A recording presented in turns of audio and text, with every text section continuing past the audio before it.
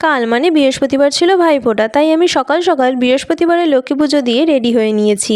প্রতি বছর শাড়ি পরলেও এবছর কিন্তু একটা চুড়িদার পরে নিয়েছিলাম। আর এদিকে ভাইফোঁটার থালাও রেডি করে নিয়েছি চন্দন, ঘি, মধু, কাজল, ধান দুব্বা দিয়ে। এবার অপেক্ষা শুধু ভাইয়েদের। এদিকে ভাই আর জ্যাঠাতো দাদাও এসে বসে পড়েছে। তারপর আমার এক পিসতুতো দিদি দাদাকে আর ভাইকে ফোঁটা দিয়ে নিচ্ছে।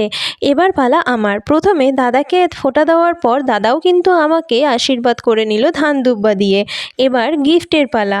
দাদার সাথে গিফট আদান প্রদানের পর আমি ভাইকে ফোঁটা দিয়ে ওকেও ধান দুব্বা দিয়ে আশীর্বাদ করে নিচ্ছি। আর বছরে এই একটা দিন কিন্তু আমি ভাইয়ের কাছ থেকে প্রণাম পাই। তারপর ভাইও আমাকে গিফট দিয়ে নিল। আর সকালের টিফিনে ছিল লুচি, ঘুগনি, মিষ্টি আর নিমকি। দাদাকে আর ভাইকে টিফিন দেওয়ার পর মা বসেছে মায়ের দুই নাতি মানে আমার জ্যাঠাতো দাদার ছেলে ও পিসতুতো দিদির ছেলেকে ফোঁটা দেওয়ার জন্য। মায়ের ফোঁটা দেওয়ার পর আমি আর মা কিন্তু চলে গিয়েছিলাম আলিপুরে আমার মামার বাড়িতে।